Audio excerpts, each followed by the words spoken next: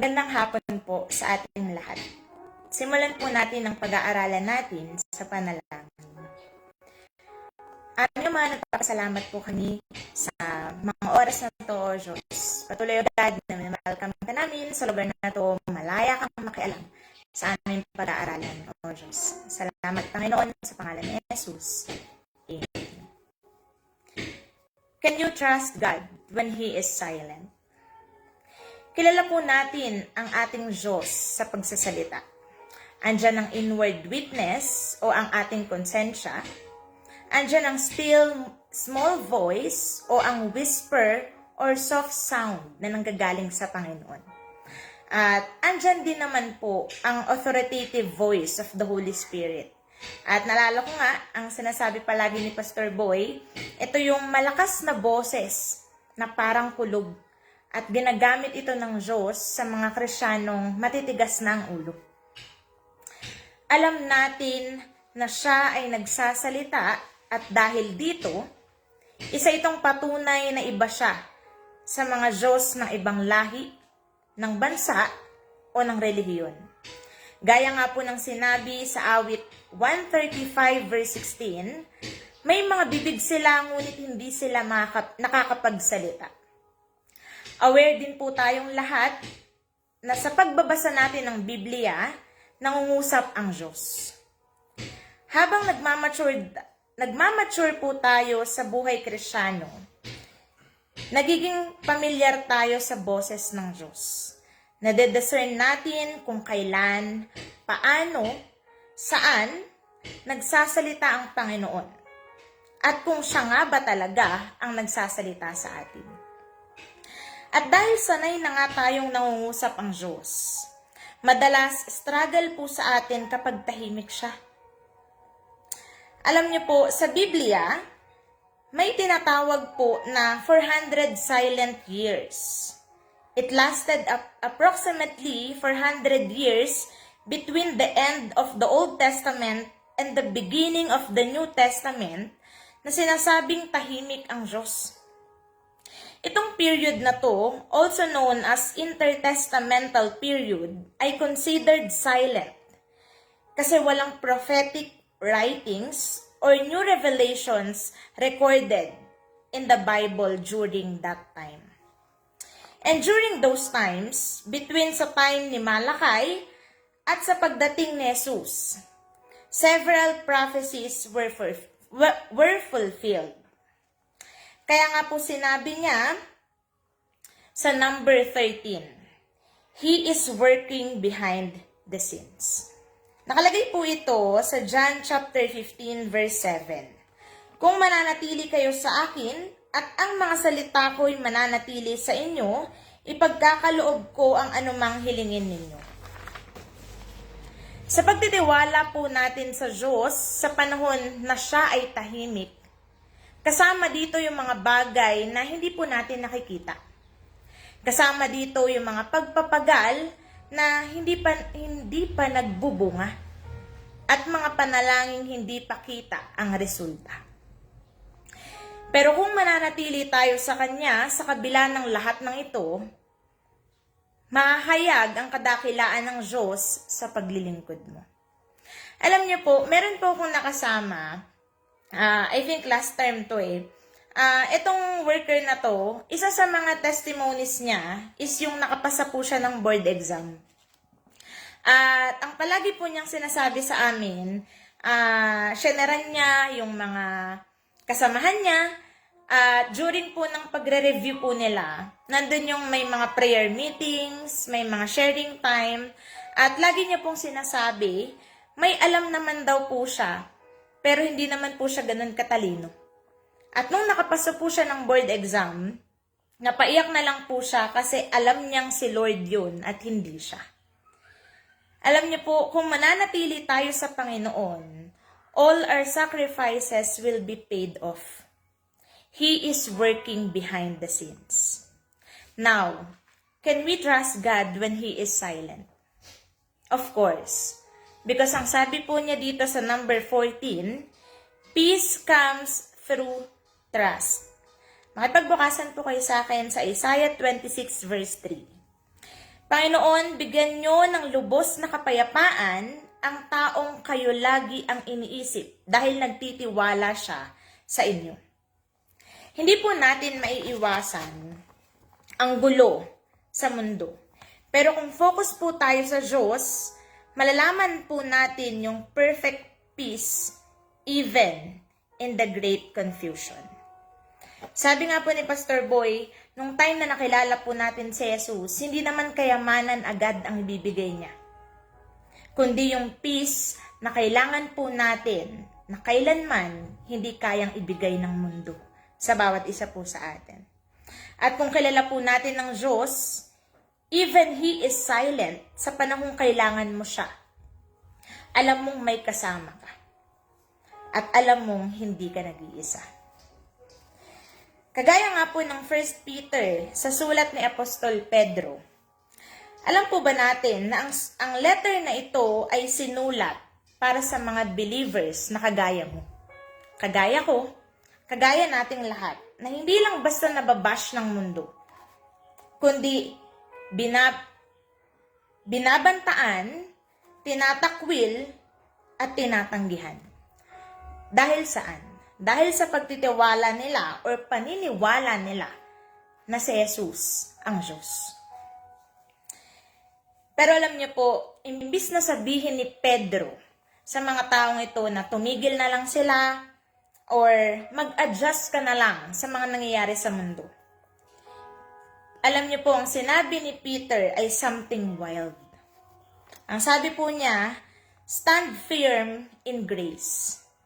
Because you are not rejected. You are chosen. And that's 1 Peter.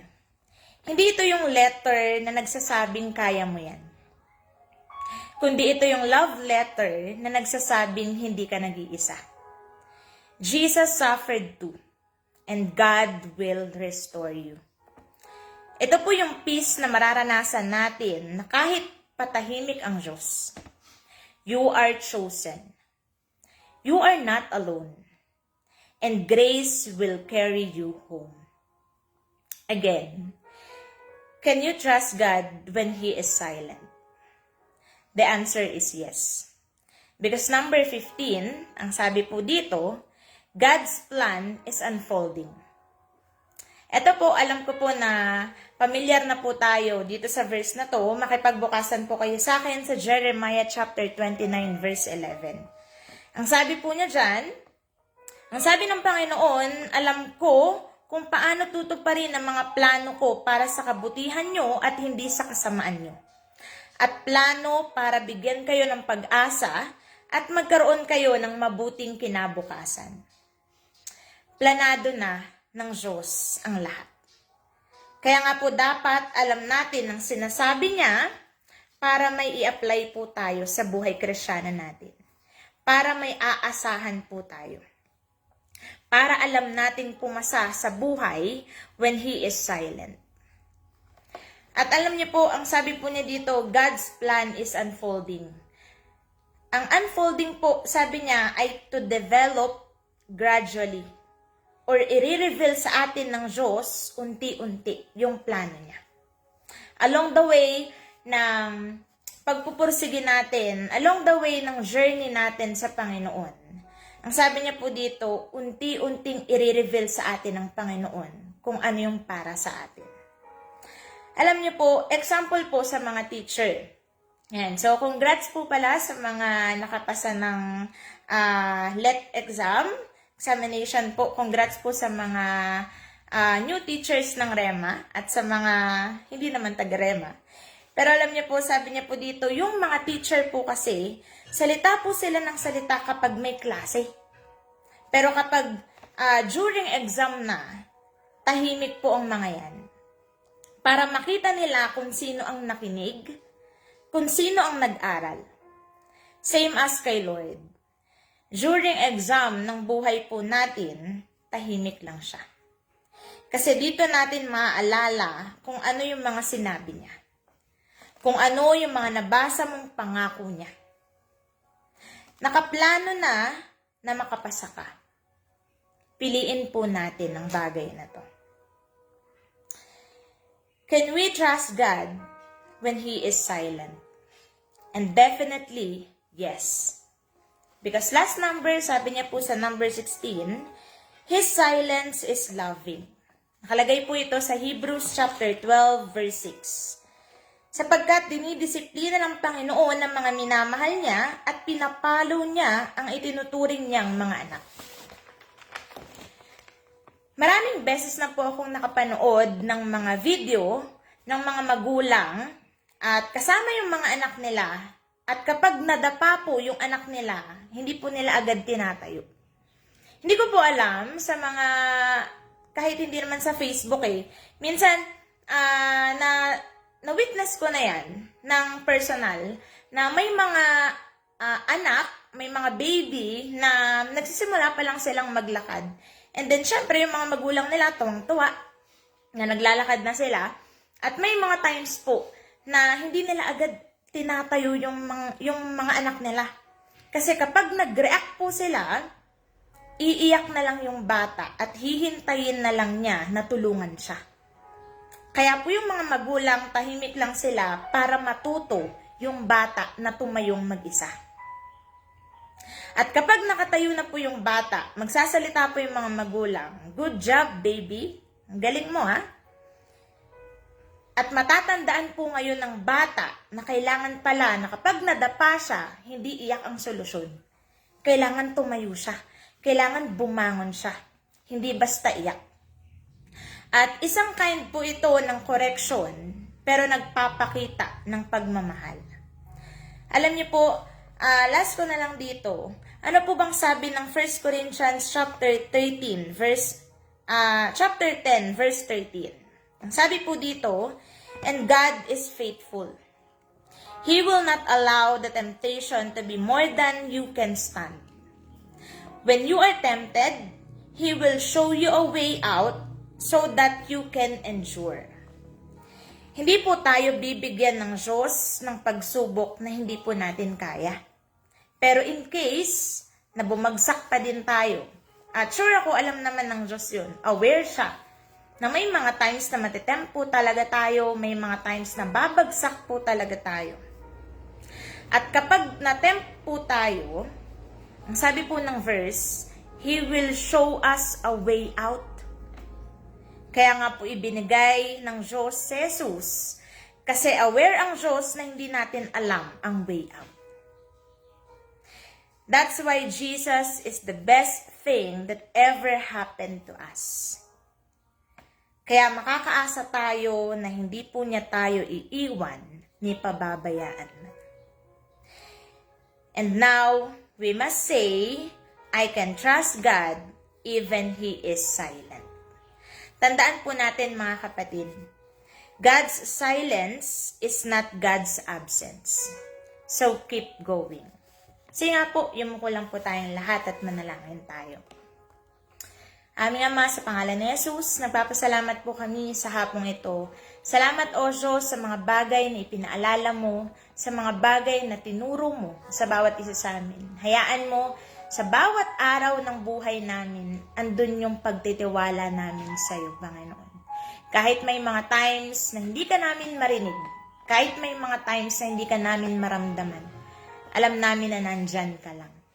Salamat, Panginoon, sa hapong ito. Pagpalain mo bawat isa. Sa iyong kapurihan, sa pangalan ni Jesus. Amen. Salamat po sa inyong lahat. God